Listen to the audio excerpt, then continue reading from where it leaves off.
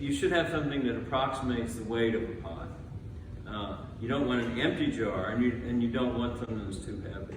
You want something that has a similar sort of weight and size relationship. And then you find a speed that feels comfortable with the wheel. And the speed is such that if you were comparing it to a song, there's a beat every time the pot comes around to where your hand is. And if the beat of the spinning pot is similar to the beat of like a mid-tempo sort of song, one you can easily keep up with.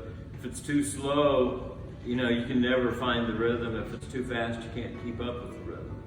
So you want kind of a medium tempo song here. And you want to also have a finger on the top, which acts as a bit of a stabilizer.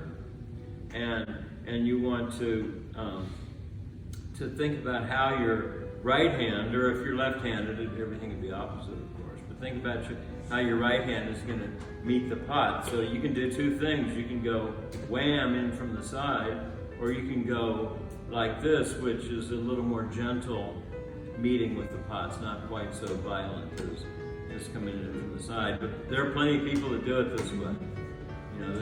There's like everything else, there's no ultimate right and wrong. As long as it gets to center, your tap center. You have a finger on top to act as a rudder. And when you tap this, not only do you think about going like this or like this, but you think about where along the pot you're going to hit it. So if you hit it up here, you knock it off center.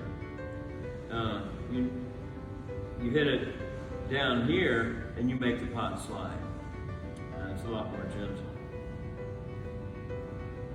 And I've left out one step at that point. And then you know what you do? Come on, you know. Tap center more pot. You practice. 4 taps. An average is probably 3 taps. And I will also say there's something I can't quite explain here. So I think about and I plan the first tap, and I tap it, and then that second and third tap were like stutters. I didn't have time to think about it, they just happened. Mm-hmm. And that's the part I can't explain. It's just it's something that you practice and you do it enough and it'll start to work for you. And one thing my mother told me when I was a kid, probably going into high school, she was hoping I might learn to dance, and she said, don't watch your feet, you'll always be behind the beat. So that's kind of what I'm saying is don't watch the beat, you'll be behind it. Mm-hmm. So what you want to do is feel the beat, and then you can anticipate.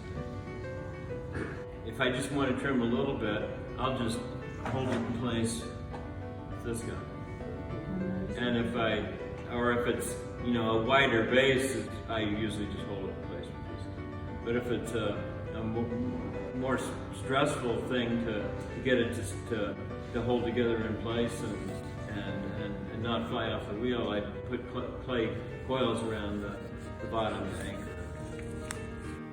Now, if you make a video out of that, I want it. I will. Okay. Because for a long time, I've wanted a video of me doing a tap center exam. Okay. I'll try my best. But I have high expectations.